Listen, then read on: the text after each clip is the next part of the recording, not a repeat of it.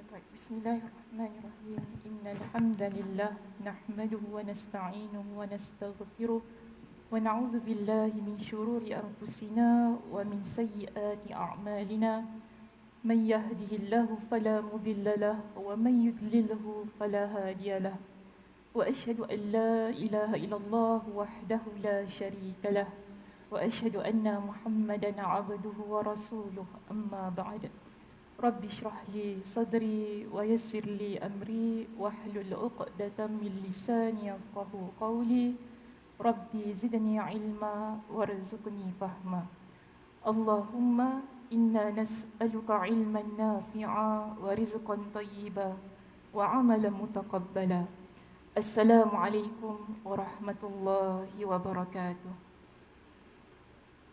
Apa khabar semua? Kak Dewi sihat? Lama tak nampak. Rindu ya. Alhamdulillah, hari ini pertemuan kita yang pertama di Masjid Yusof Ishak. Akhirnya tercapailah impian-impian yang terpendam selama ini. Masya Allah, tabarakallah. Allah Subhanahu wa ta'ala memberi ruang dan peluang kepada kita untuk meneruskan pengajian kita secara fizikal. Jadi Ustazah harap ya kita sama-sama dapat menjaga situasi ini, mudah-mudahan peluang akan lebih terbuka dengan luas. Jadi kalau sekiranya kalau datangnya ke masjid bila dah register, nanti kalau ada ruang kosong tu harap dapat dipenuhkan terlebih dahulu. Jadi bila teman-teman yang lain datang kan dia akan boleh terus duduk di bahagian mana yang kosong di belakang lah. Itu lebih baik. Jadi kita sama-sama lah ya berikan kerjasama kepada pihak masjid supaya mudah proses pendaftaran, keluar masuk masjid dan sebagainya. Okey, kita juga bersiaran secara online. Terima kasih kepada yang menonton di rumah yang masih lagi setia untuk ikuti kuliah kita. Alhamdulillah, hari ini kita akan sambung hadis kita yang keberapa Kak Dewi? Oh, Kak Dewi terperanjat, dia tanya saya. Yang keberapa? 49. Kita dah habis belum perbincangan hadis yang ke-49?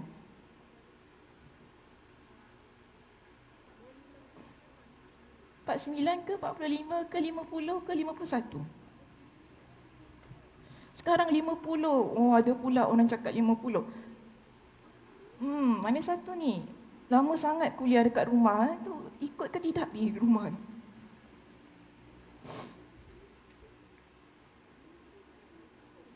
Apa dia?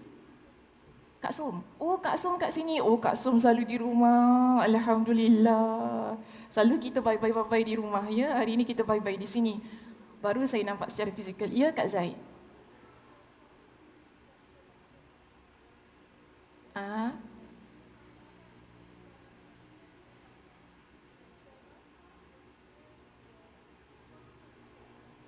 Oh, 14 of December the last one. Kak Zai bilang 14 of December the last one. Okey, baik. Betul, sebenarnya hadis kita yang ke-49 kita ada satu lagi baki hadis kan? Okey, hadisnya nombor 129 kalau di kitab Ustazah di halaman 425. Okey, baik. Tapi bila Ustazah lihat perbincangannya sama sajalah ya sebagaimana hadis kita yang kedua sebelum tu. Jadi saya pun tak nak drag panjang sangat sebab kalau kita baca dia akan berikan perbincangan yang sama. Sebagaimana yang telah kita bahaskan pada sesi-sesi lepas di kuliah online kita. Jadi pada pagi ini kita akan terus masuk pada perbincangan hadis yang ke-50. Ya. Hadis yang ke-50 maksudnya bab yang ke-50 di muka surat 431. Di sini 431. Ada Kak Zah halaman berapa? Ya? 396. Okey. Jadi sama ada halaman 431 atau 396. Ya? Baik. Bab kita yang ke-50 bertajuk malu dalam hal menuntut ilmu. Jadi bila belajar ni, menuntut ilmu ni, Boleh ke kita ada rasa malu? Itu sebenarnya yang nak dibincangkan ya dalam hadis ini. Baik, hadis ini di dalam bahasa Arabnya bertajuk Babul Haya'i fil Ilmi. Bab malu dalam hal menuntut ilmu. Ada satu pendapat ya di awal sebelum kita nak baca hadis ini, ada satu pendapat daripada yang dipetik oleh Imam Al-Bukhari daripada Mujahid. Di situ ya, wa qala Mujahidun la yata'allamul ilma mustahyin wala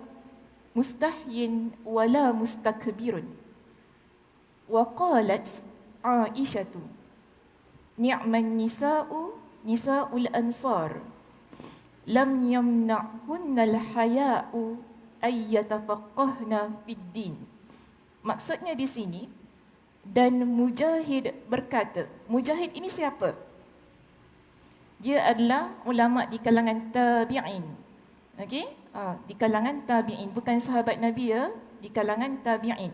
Jadi Mujahid berkata, la yata'allamul ilma mustahyin wala mustakbir. Tidak akan mendapat ilmu seorang yang pemalu dan yang sombong. Boleh faham statement itu? Tak apa, nanti kita syarahkan. Ya, maksudnya. Kemudian Aisyah, ada pendapat daripada Aisyah di sini, dia kata apa? Ni'man nisa'ul ansar lam yamna'hunnal haya'u ay yatafaqqahna fid din. Dan Aisyah radhiyallahu anha berkata, sebaik-baik wanita adalah wanita di kalangan wanita Ansar. Wanita Ansar ni siapa?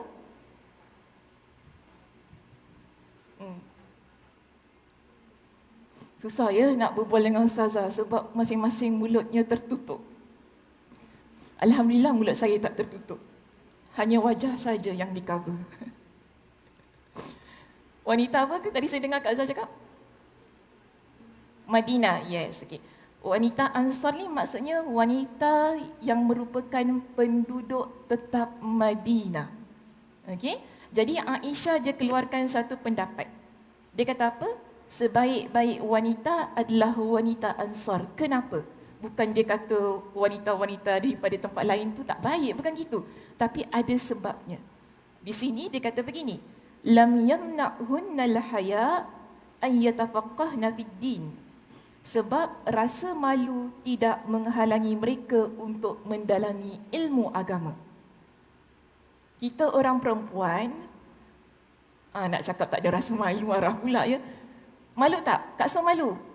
Mestilah malu Ustazah. Apa soalan ni? Tanya orang malu ke tak malu ya?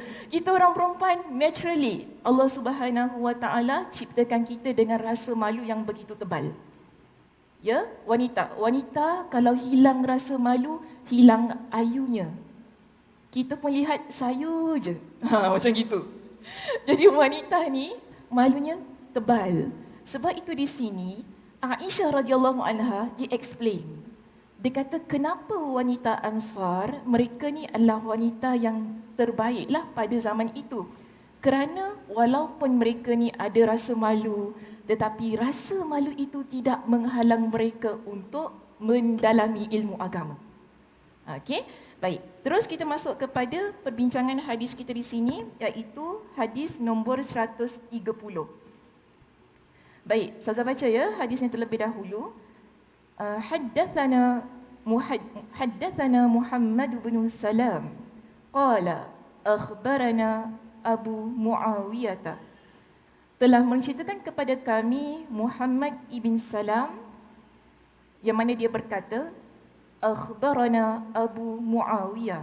Abu Muawiyah telah mengkhabarkan kepada kami, yang mana dia berkata haddathana Hishamu an abihi an Zainab binti Ummi Salamah. Telah menceritakan kepada kami Hisham dari ayahnya, dari Zainab anak perempuan kepada Ummu Salamah. Daripada Ummu Salamah sendiri ya hadis ini. Beliau menceritakan. Jadi dalam hadis ini yang menceritakan kisahnya adalah Ummu Salamah. Ummu Salamah siapa? isteri Nabi sallallahu alaihi wasallam. Ya, Ummu Salamah adalah isteri Nabi sallallahu alaihi wasallam. Jadi dia ceritakan tentang kisah ini yang mana ja'at Ummu Sulaim. Ummu Sulaim dia datang. Ya, dia datang ila Rasulillah sallallahu alaihi wasallam faqalat. Ummu Sulaim ada pada satu hari dia datang, dia jumpa Nabi sallallahu alaihi wasallam. Apa dia kata kepada Nabi? Dia kata gini, "Ya Rasulullah, innallaha la yastahi minal haqqi."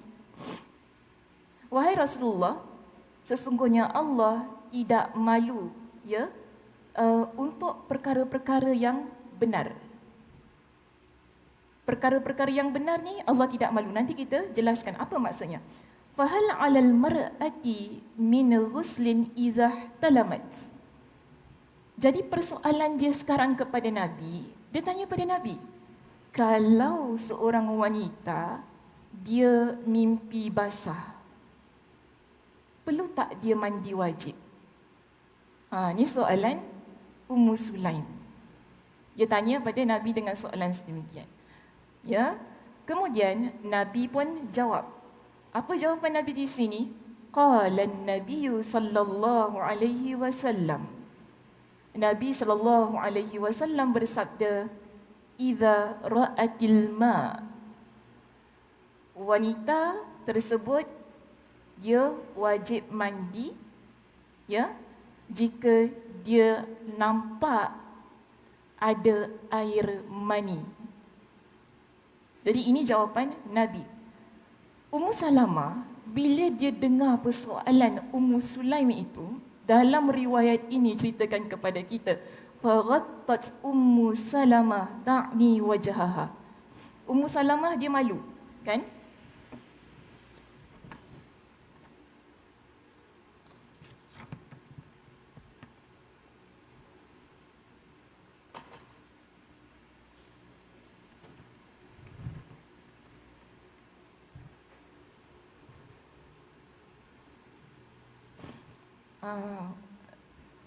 Saya minta pegawai boleh tolong tutupkan kipas di belakang saya.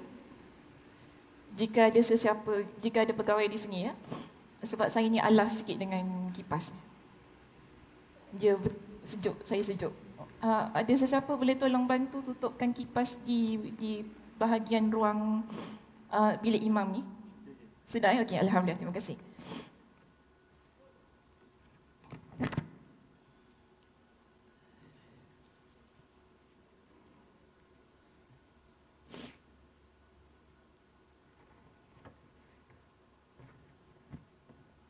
Okey, baik. Kita lihat begini. Bila Ummu Salamah tadi dia dengar persoalan yang diajukan Ummu Sulaim kepada Nabi, dia tutup muka dia. Sebab dia malu. Kan? Dia malu. Jadi Ummu Salamah ni pun dia tanya pada Nabi. Wa qalat, yang qalat di sini adalah Ummu Salamah ya, bukan Ummu Sulaim. Ni jangan confuse ya. Jadi Ummu Salamah dia kata kepada Nabi, "Ya Rasulullah, wa tahtalimul mar'ah." Wahai Rasulullah, orang perempuan ni dia mimpi basah ke? Dia tanya gitu pada Nabi. Kan dalam keadaan yang rasa malu tu dia tanya, orang perempuan ni mimpi basah ke? Dia gitu kan. Jadi Nabi kata, "Na'am." Yalah. Orang perempuan ada mimpi basahnya. Taribat siyaminuki fa bima yushbihuha waladuha. Ya, bagaimana kamu ini? Nabi kata kepada dia, bagaimana kamu ini Ummu Salamah? Kalau tidak begitu, lalu dengan apa seorang anak dia boleh menyerupai ibu dia? Okey, Nabi kata gitu kepada Ummu Salamah. Boleh faham hadisnya? Boleh? Dah boleh faham, kita boleh balik dah. Baik, kita lihat kepada syarah hadis. Kita pergi kepada satu demi satu perkataan di sini. Baik, kita lihat perkataan yang pertama. Perkataan yang pertama disebut di situ apa dia? Babul hayai. Okey, bab malu. Maksudnya hukum tentang rasa malu. Sebelum kita masuk lebih lanjut tentang perbincangan hadis ini, kita nak bincang dulu tentang rasa malu tu. Sebab tajuk bab ialah babul haya. Ya, bab rasa malu. Jadi maksudnya di sini tentang hukum tentang rasa malu, sebagaimana yang telah dijelaskan bahawa rasa malu merupakan sebahagian dari iman. Kita semua tahu di sini. Daripada kecil kita dengar hadis Nabi SAW. Nabi kata apa? Innal haya'a minal iman. Sesungguhnya rasa malu itu adalah sebahagian daripada keimanan. Itu merupakan hadis yang diriwayatkan oleh Imam Al-Bukhari. Di dalam hadis yang diriwayatkan oleh Imam Al-Bukhari itu, Nabi SAW ketika Nabi lalu di satu tempat, Nabi lihat ada seseorang, dia ni tengah macam, bukan marah lah, tapi nasihatkan kepada temannya, saudara ni, jangan nak rasa malu, jangan tu. Tapi Nabi kata gini, da'hu, biarkan dia. Dia rasa malu, okey tak apa, biarkan dia. Kerana apa? Malu itu adalah sebahagian daripada keimanan. Di dalam hadis yang diriwayatkan oleh Imam At-Tirmizi dengan sanad yang sahih, Nabi kata begini, al-haya minal iman. Rasa malu itu ia adalah sebahagian daripada keimanan. Ya? Wal iman fil jannah. Dan keimanan dia akan bawa kita masuk ke dalam syurga. Sebab itu penting kita ada rasa malu itu tadi. Kemudian kalau kita rujuk kembali di dalam teks kita di sini, disebutkan begini. Sifat ini dipuji oleh syariat selama sifat tersebut menimbulkan sikap santun dan hormat kepada orang yang lebih tua. Jadi sekarang, kenapa ada malu yang dibolehkan, ada malu yang tidak diperlukan? Persoalannya begitu. So, kita lihat dalam perbahasan ini. Satu, malu itu dia jadi baik bila ia mendidik diri kita untuk menghormati orang lain. Malu itu dia jadi baik. Ia bawa kita masuk ke dalam syurga Allah bila kita menjadi insan yang mana kita buat perkara yang mencegah diri kita daripada melakukan kemungkaran. Jadi kalau kita ni nak ada rasa malu, malulah dalam hal-hal yang dosa. Itu yang dituntut dalam agama kita. Tapi kalau kita baca di sini, namun jika sifat malu ini menyebabkan seseorang meninggalkan syariat, kan? Maksud meninggalkan syariat ni ialah kita malu, kan? Kenapa tak solat? Saya malulah tak solat. Ada ke orang malu? Ada. Mungkin bukan kita lah, tapi ada. Betul ada orang gitu, kan? Dia rasa, kenapa tak naklah aku malu nak solat. Kenapa kau malu? Aku malulah. Ada orang begitu. Ya. Kenapa tak pergi masjid? Malulah segan. Masjid ni untuk orang-orang macam Ustazah Sakinah je. Macam gitu, kan? Tak macam gitu. Ni saya bagi contoh je. Sebab kadang-kadang ada orang yang mungkin dia tak biasa, kan? Ataupun dia tak biasa menghadiri pengajian-pengajian. Sebenarnya boleh sahaja. Ya, tapi kerana dia rasa malu, malu itu menghalang dia untuk duduk bersama orang yang baik-baik. Tapi padahal itu dituntut oleh syariat. Kan? Itu dituntut oleh syariat. Maka sebab itu, di sini jelaskan kepada kita, kalau malu yang buat kita tinggalkan syariat kita, ya, yang meninggalkan hukum hakam agama kita, malu yang begini, ia adalah sesuatu yang disebut sebagai menunjuk sifat ini tercela dan bukan sifat yang dikehendaki oleh syariat. Jika malu yang begitu, kerana sifat seperti ini menunjukkan orang tersebut lemah dan hina. Kenapa dia lemah? Sebab dia tak boleh menolak nafsu dia. Begitu. Ya, nafsu dia maksudnya nafsu seringkali mengajak kita supaya buat perkara-perkara yang tidak baik. Untuk hal yang demikian, saya terus terang beginilah ya muslimah, kita kalau nak mengumpat orang malu tak? Kita tak fikir, kan? Betul tak? Kita nak mengumpat orang cakap, best orang cakap kan? Ada tak fikir, malulah nak mengumpat Ustazah Sakinah tu? Ada fikir gitu? Tak ada.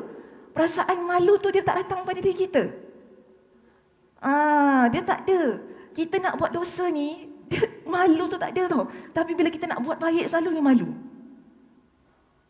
Kenapa tak datang kuliah? Malulah datang kuliah duduk dengan makcik-makcik. Macam gitu. Minta maaf ya, ni bukan makcik-makcik di sini, semua pelbagai lapisan umur. Kan? Yang muda, remaja, hinggalah ke yang warga emas. Bagi warga emas sedap sikit, makcik-makcik marah orang. Kan? Old is gold kita panggil. Tua itu emas. Jadi kita lihat begini. Selalunya perkara-perkara yang baik ini kita nak buat, kita akan tunda dia. Antara sebabnya ialah kita rasa malu. Tapi kalau tentang hal-hal yang tak baik, rasa malu tu selalunya dia tak ada. Maka sebab itu Nabi kata gini, kalau kita rujuk dalam hadis yang lainnya tentang perihal malu ini, dalam hadis yang diriwayatkan oleh Imam Al-Bukhari, Nabi kata apa? Al-haya'u la ya'ti illa bi khairin. Rasa malu itu dia tak datang pada diri kita, melainkan dia akan bawa kita kepada kebaikan. Kenapa Nabi kata sedemikian? Kerana kebiasaannya perasaan malu kita dia akan jadi shield. Maksudnya dia akan jadi macam sayangnya face mask ni lah kan? Bukan face mask ni, face shield ni kan? Dia akan jadi shield untuk kita buat perkara yang tidak baik. Dia begitu. Rasa malu ni. Saya cakap terus terang gini, ni muslimah. Kalau kita bawa anak dekat sini, anak kita terjerit-jerit, kita nak marah dia jerit-jerit ke tidak? Malulah. Kak Dewi kata, malulah kan. Kita akan tahan diri kita. Cuba dekat rumah. Dekat rumah Tarzan. Kan? Kau duduk. Dekat rumah macam itu. Dekat masjid, duduk. Dekat masjid gitu. Balik rumah, suara kita satu flat. Gitu. Tapi kenapa dekat masjid suara kita tak satu masjid? Sebab kita ada rasa malu. Malu itu dia mengekang kita untuk tunjukkan akhlak yang tidak baik. Sebab itu Nabi kata, bila kita ada rasa malu, malu itu akan bawa kita kepada kebaikan. Sedemikian. Tapi kalau kita buang malu tu daripada diri kita, Nabi kata apa? Idza lam tastahi fasna' ma syi'ta. Kalau engkau tak malu, kau buatlah apa benda yang kau nak buat. Kita kalau tak ada rasa malu, mungkin kita boleh keluar rumah kita tanpa baju. Ya, sebab hilang rasa malu kita. Kita tak kisah apa orang kata tentang kita. Orang nak kata apa, katalah. Aku tak malu, itu masalahnya. Sebab tu Nabi kata, kalau tak malu, buat apa yang kau nak buat. Tapi kita akan buat banyak perkara-perkara yang mengikut kepada hawa nafsu kita. Jadi kalau kita ni orang perempuannya, lebih-lebih lagi kita yang wanita ni, kita letakkan rasa malu di hadapan, tebalnya ya Allah malu itu, ia adalah mengekang diri kita daripada melakukan perkara-perkara yang tidak baik. Contoh kita muslimah, kalau kita dah jadi orang yang solat, jadi orang yang menutup aurat, agak-agak nak masuk kelab dandut tak? Kita mula nak masuk, kita fikir, kalau kita ajak, mak saya kata, alah kak, pergi kelab dandut ni tak semestinya orang tu tak solat ke apa kan. Kadang-kadang makcik-makcik nak happy-happy. Makcik-makcik nak happy-happy. Okey lah makcik-makcik nak happy-happy, tak salah. Cuma saya nak pergi satu. Kita fikirlah, kalau kita dah pakai tudung gini kan, kita nak masuk kelab dandut, kita boleh fikir kan, 10, 5, 6 kali kan. Aku ni dah pakai gini, nak masuk sini, tak sesuai. Kan tempat yang melalaikan, tempat walaupun kita kata hiburan dan sebagainya, tapi tempat yang melalaikan, tak sesuai dengan kita. Kita rasa tak selesa dalam keadaan yang begitu. Sebab apa? Kita rasa malu. Nanti orang kata, apa dah pakai gini? Itulah, dia kekang diri kita. Kan dia halang diri kita untuk pergi tempat yang melalaikan, untuk pergi tempat yang tidak baik, untuk bergaul dengan orang yang tidak baik dan sebagainya, untuk kita buat perkara-perkara yang melanggar hukum hakam dalam agama kita. Kerana apa? Malu itu dia menjadi benteng. Maka sebab itu, kalau kita lihat di sini ya, ada disebutkan begini, inilah yang dimaksud jika di kitab saya ini di halaman yang berikutnya, inilah yang dimaksud oleh perkataan Mujahid. Tidak akan mendapat ilmu seorang yang pemalu. Kalau kita malu dalam menuntut ilmu, ya, kita tak dapat apa yang kita inginkan. Betul tak? Contoh, Kalau kita malu ni, nak belajar ilmu hadis, nak datang kuliah ke apa kan, kita tak dapat ilmu itu. Dia begitu. Apa-apa ilmu sajalah. Contoh, saya tak nak bagi ilmu hadis, kita bagi kan. Kalau kita ni tak reti nak masak asam pedas, Kak Som tak reti nak masak asam pedas, tanya. Jangan Google. Dia jadi resepi Google. Kita kena tanya mak kita, tanya siapa-siapa yang expert in asam pedas. Kan, yang memang kita cari, kita tengok macam mana dia buat, minta dia ajar kita. Itu cara dia. Kalau malulah, tak yalah nanti orang kata kita ni tak reti, umur dah 40 tahun pun tak reti masak asam pedas. Kita ni malu. Tapi dia tak jadi. Selalunya benda-benda begini ya, kita orang perempuan, dia kena tengok cara dia baru. Oh macam gitu dia masukkan. Oh macam gitu, oh macam gini. Baru dia jadi, oh jadi ya, begitu keadaan dia. Kalau tak, dia tak jadi. Kan saya, dulu-dululah ya, saya budak-budak ni, kita kan generasi Google kan. Saya lah terutamanya kan generasi Google. Sikit-sikit Google. Mak saya kata apa? Engkau tengok resipi mana? Google. Patut tak jadi. Memang aku ajar kau masak. Jadi. Dia jadi. Sebab kita tengok macam mana cara mak kita masak. Gitu cara dia. Memanglah kadang-kadang kita tengok. Dia tunjuk video pun mak. Betul. Tapi environment dia berbeza. Cara dia berbeza. Apa yang terlihat itu berbeza. Sebab tu jangan malu bertanya nanti sesat jalan. Lebih-lebih lagi dalam ilmu agama. Kalau kita malu dalam ilmu agama ini, kita akan sesat. Ya, sebab itu Mujahid ini seorang tabi'in yang mana dia banyak belajar dengan para sahabat Nabi SAW, antaranya Aisyah radhiyallahu anha. Dia berikan satu pesanan yang ringkas kepada kita ini sebagai penuntut ilmu. Bila kita nak belajar, tidak boleh kita letakkan rasa malu kita di hadapan, sebab ilmu adalah perkara yang baik. Ya, ilmu adalah perkara yang baik. Kemudian cuba lihat di perenggan yang keberapa ya? 1, 2, 3, 4, 5. Perenggan yang kelima bermula daripada perkataan sepertinya. Ustazah terus nak masuk pada perkataan itu. Mujahid di sini, bila dia sebut perkataan ini, dia ingin memberikan dorongan kepada setiap penuntut ilmu. Makna apa? Dia nak berikan motivasi kepada kita ini sebagai pelajar, sebagai penuntut ilmu, agar meninggalkan sifat lemah dan sombong. Sebab keduanya merupakan sifat yang kurang baik dalam proses menuntut ilmu. Jadi ada dua ya, bila kita nak belajar ilmu ni, ada dua syarat. Pertama, ikhlas tu memang kena ada lah. Ya, ikhlas kerana Allah Subhanahu Wa Taala, itu adalah ilmu yang, itu adalah syarat yang mesti ada, pertama sekali. Tapi ada dua lagi syarat yang tak boleh kita abaikan. Apa dia? Iaitu tidak malu, tidak sombong. Berkaitan dengan ilmu ini, kalau kita malu, kita tak dapat belajar. Kalau kita sombong, pun tak dapat juga. Tak tahu, tapi buat-buat tahu. Ya, saya tak nak guna satu perkataan tu lah, nanti nampak kasar. Bunyinya kasar nanti kan. Tapi kalau kita tak tahu, memang tak tahu, mengaku sahaja tidak tahu. Jangan orang kata, kau tahu, aku tahu. Pantang nenek moyang aku kalau tak tahu. Tak boleh kata gitu. Kan kalau tak tahu, memanglah saya tak tahu. Sudah. Jadi orang boleh ajar, ya, orang boleh beritahu dan sebagainya. Baik kita mengaku dalam keadaan tak tahu. Tapi kalau kita sombong, action tahu. Kalau apa orang kata kerek kerek gitu ni. Tahulah. Balik rumah macam mana tadi macam tu kan. Depan orang tahu. Balik rumah lampas fikir tadi macam mana ni saya cakap ya. Alamak, menyesal pula. Padahal tadi seharusnya tanya kan. Tanya ke kalau teman kata kau tahu ni. Tak tahu, maknanya sama-sama dapat bincang tadi kan. Bagus begitu.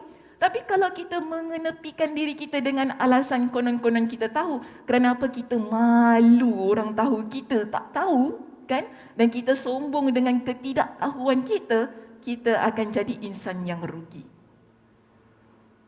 Jadi kita kena buang dua sifat ini daripada diri kita bila kita nak pakai pakaian seorang penuntut ilmu. Maknanya bila nak pergi kuliah, mana-mana kelas lah.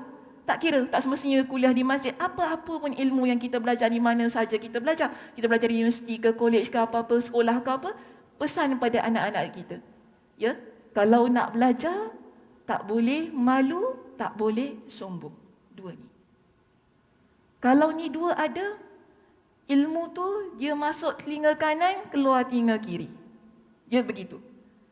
Tapi kalau kita buang sifat malu kita, maksud ni janganlah macam tak tahu malu pula nanti sampai tak tahu malu terus, bukan begitu maksud saya. Maksudnya di sinilah kalau kita nak bertanya, ya, kalau kita nak dapatkan kebenaran, begitulah.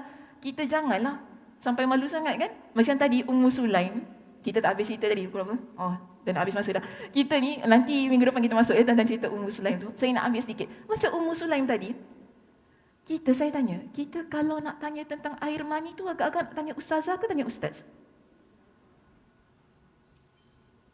Semua jawab ustazah. Ustazah kan? Sebab apa? Malu. Tapi kenapa pada masa itu Ummu Sulaim dia bertanya kepada Nabi SAW? Kerana Nabi adalah sumber hukum dalam agama.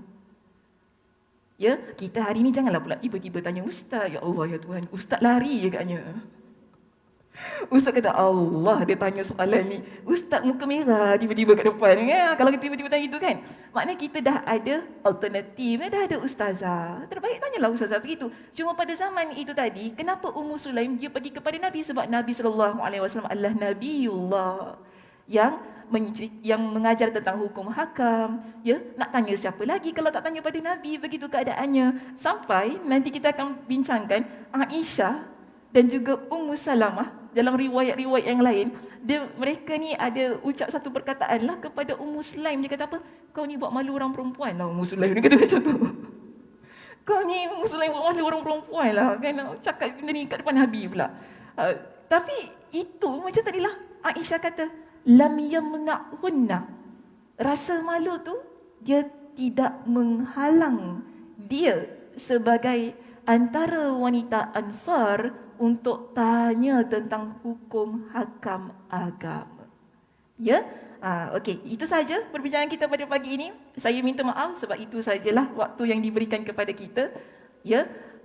Ada apa-apa soalan yang ingin diajukan? Mungkin boleh beritahu pada Ustazah. Kita akan cuba bincangkan.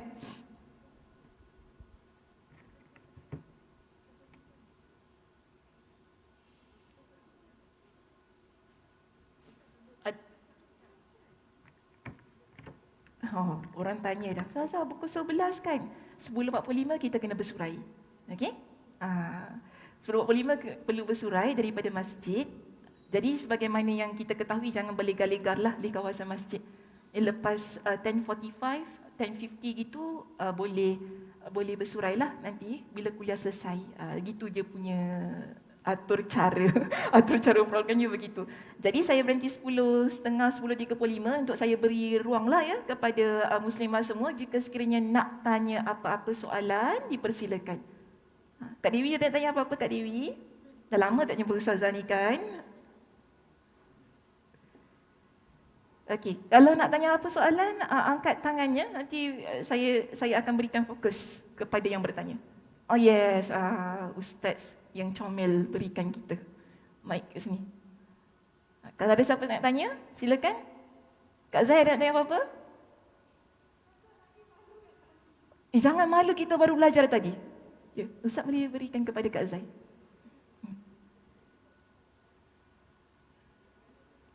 Terima kasih Ustaz. Bismillahirrahmanirrahim. Ya. Ustazah. Oh, Kak Zai, sebab guna mikrofon lagi makin malu ya nak bertanya. Yalah, habis semua orang cakap. Tak Dulu apa, kita satu tak kelas apa. je. Tak ada. Ustazah ni macam paksa saya sesoal aja. Macam mana? Tak berapa jelas. Satu persatu ya, ucapkan satu persatu ya, saya dengar. Okey, itu sebab saya ni gamam sikit kalau ada mikrofon. Macam mana? Tak dengar ya?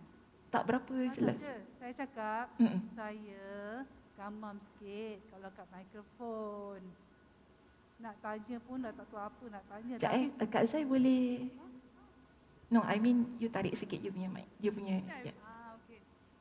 Allahu Akbar. Mm-mm. Ustazah, saya ni kadang-kadang gamam bila bila dekat dengan mikrofon. Oh, tergamam bila dekat dengan Habis nanti nak mikrofon. cakap pun nak tanya pun terfikir-fikir apa nak tanya. Tapi walaupun bagaimana saya kasih satu soalan aja. Ya, saya. Ada. Sifat malu ni dah semula jadi kita kan. Macam mana kita nak bongkarkan dia supaya kita Supaya tak tahu malu. berani nak tanyalah. Sifat malu tu memang ada. Tapi kita nak berani kerana kita fikir kerana Allah, kerana kita nak belajar. Tapi nak bongkarkan perasaan malu tu macam mana? Oh, nak bongkarkan perasaan malu itu bagaimana? Ya, itu saja. Okey, terima kasih Kak Zai. Saya cakap gini ya. Agak-agak saya ni pemalu ke tak tahu malu? Malulah. Takkan Ustazah Sakinah tak tahu malu ya. Saya ni orang yang pemalu sebenarnya.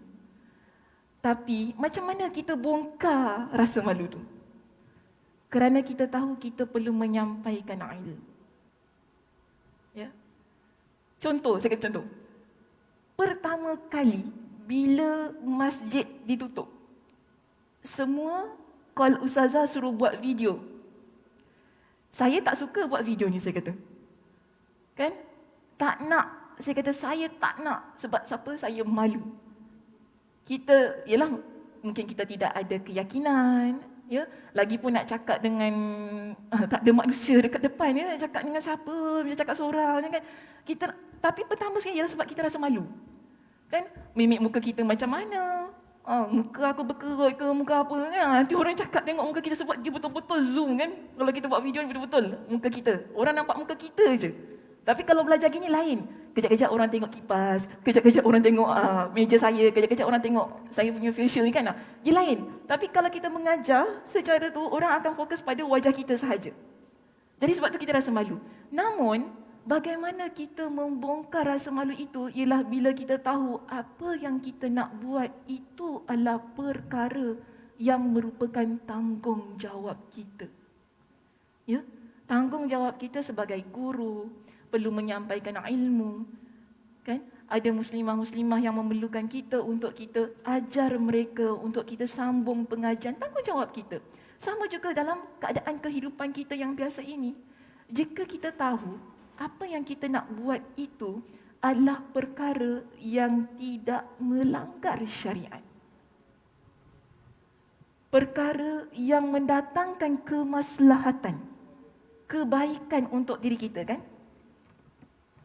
Maka dengan itu, ya, penting kita ni buang sikitlah rasa malu tu. Jangan buang semua. Kalau buang semua nanti kan tak tahu malu terus. Tu masalah juga.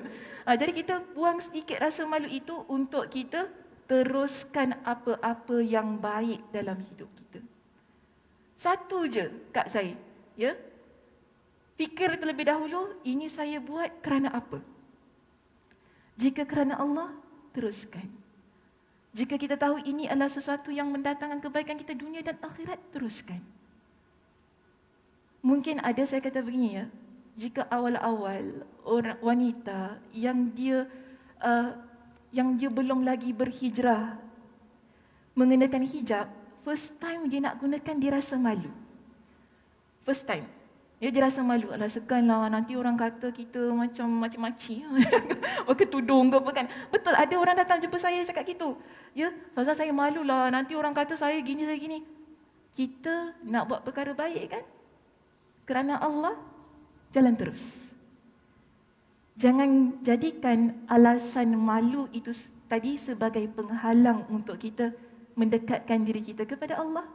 Untuk kita buat perkara-perkara yang diperintahkan oleh Allah Subhanahu Wa Taala. So dia begitu. Tapi kalau ia adalah berkaitan hal-hal yang haram, wajar. Malu tu tak perlu bongkar. Simpan dia baik-baik ya dalam diri kita. Okey, itu saja pengajian kita pada hari ini. Mudah-mudahan Allah Subhanahu Wa Taala memberikan kepada kita dengan nilai tambah ilmu yang ada pada diri masing-masing, dan mudah-mudahan Allah Subhanahu Wa Taala memberkati dan memberikan peluang dan ruang kepada kita untuk kita bertemu pada minggu hadapan. Jadi saya tutup pengajian kita pada pagi ini dengan tasbih kafarah. Subhanakallahumma wa bihamdika asyhadu an la ilaha illa anta astaghfiruka wa atubu ilaik. Assalamualaikum warahmatullahi wabarakatuh.